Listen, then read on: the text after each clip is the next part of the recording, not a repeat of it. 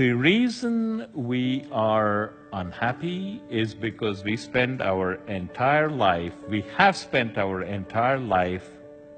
learning to be unhappy.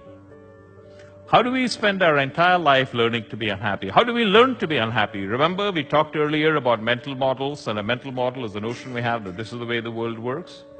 There's one particular mental model that all of us are bought into with every fiber of our beings. And that's a model that I have to get something, so I can do something, so I can be something. I have to get a great deal of money, so I can go off on exotic vacations, so I can be happy. I have to find a partner, so I can have great sex, so I can be happy. All of these are variations of what I call the if-then model.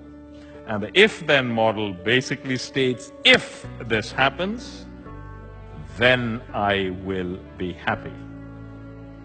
And if you look around the room here, the primary ways in which we are different, apart from our physical characteristics, is what is the particular set of ifs that we are focusing on.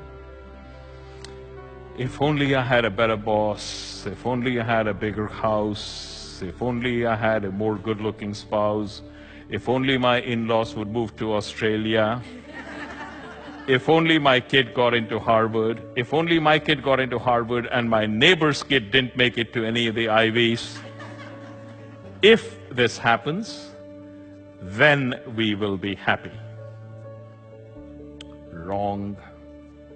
The if-then model is fundamentally flawed. We don't recognize that it's flawed, so we believe in it. And when we find it doesn't work for us, we say, I put the wrong side on the wrong item on the if side of the equation. I thought if I got married, I would be happy. I now recognize I married the wrong person. So I have to extricate myself from it with as little financial damage as possible and marry the right person, and then I will be happy. You know, that's the Hollywood model. What we don't recognize, it's the model that's broken. How do I know that's true? Well, forget about what I'm saying. Let's look at your life. Can any of you remember a scene of spectacular beauty, something that took you outside of yourself to a place of great calm and serenity? Maybe a mountain, a valley. You can all recall that, right? I see a number of people nodding. Have you ever wondered why that happened?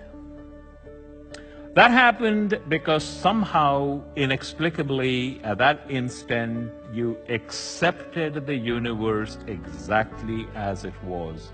You didn't go around saying, you know, that's a beautiful rainbow, but it's way off to one side. If I moved it 200 yards to the right, it would be ever so much better.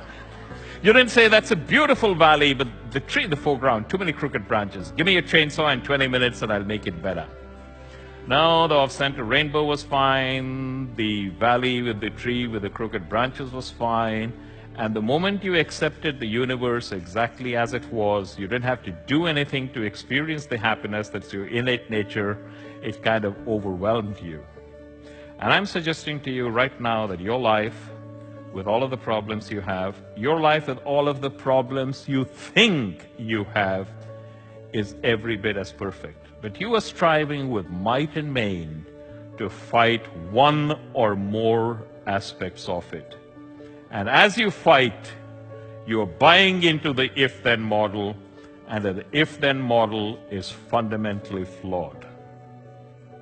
That's how we learn to be unhappy.